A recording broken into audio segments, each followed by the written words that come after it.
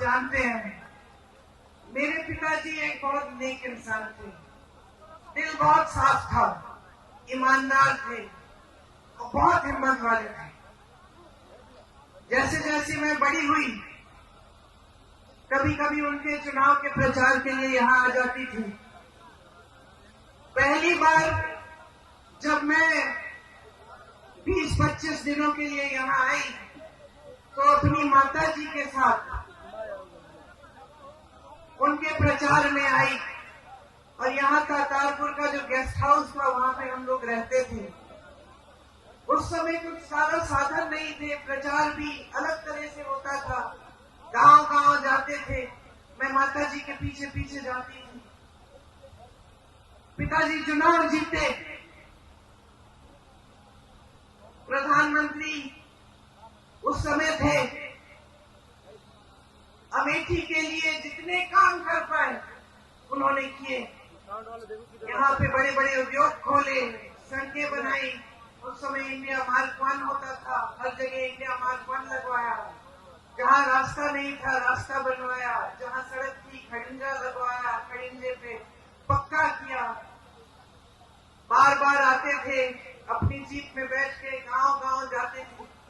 कभी आप सबसे डांट खा लेते थे, कुछ मांग थी आपकी वो पूरी नहीं हुई थी, शायद एक सड़क या एक नलका, आप डांट भी लेते थे, प्यार से आपकी डांट सुनते थे। ये सब बातें मैंने देखी।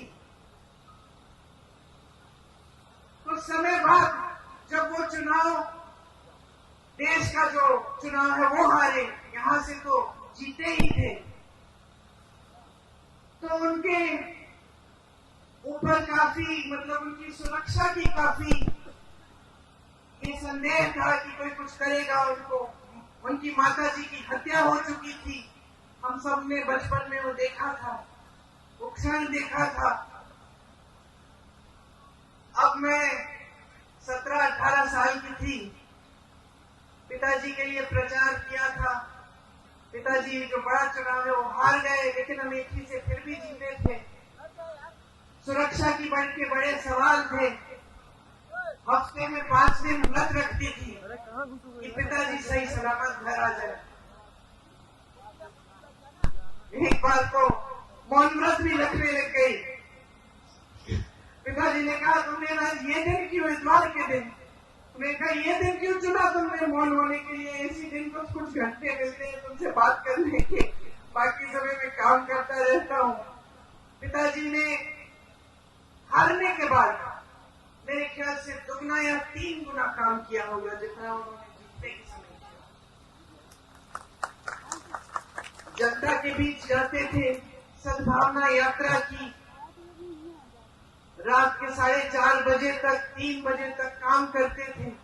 मैं तब तक नहीं सोती थी जब तक उनकी चप्पल की आवाज मेरे कमरे के बाहर से गुजरती थी। मुझे सुनाई देता था कि पिताजी घर आ गए, तब नींद आती थी। घबराहट होती थी कि कोई कुछ कर ना दे। 2 साल बाद 1991 में एक फोन आया। किसी ने कहा कि पिताजी को कुछ हो गया है, पता करो। चुनाव प्रचार में गए थे, रात के शायद 10:30 या 11 बजे थे। मैं एकदम समझ गई कि कुछ बहुत बुरा हुआ है और अपनी माँ को बताने का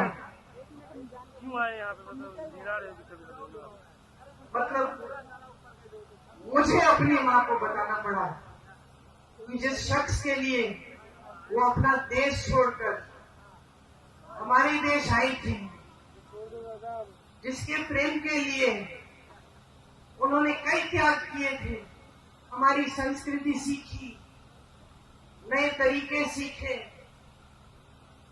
इंदिरा जी से हमारी भारतीय सभ्यता सीखी, वो खत्म हो गए हैं। मैं उनके कमरे में गई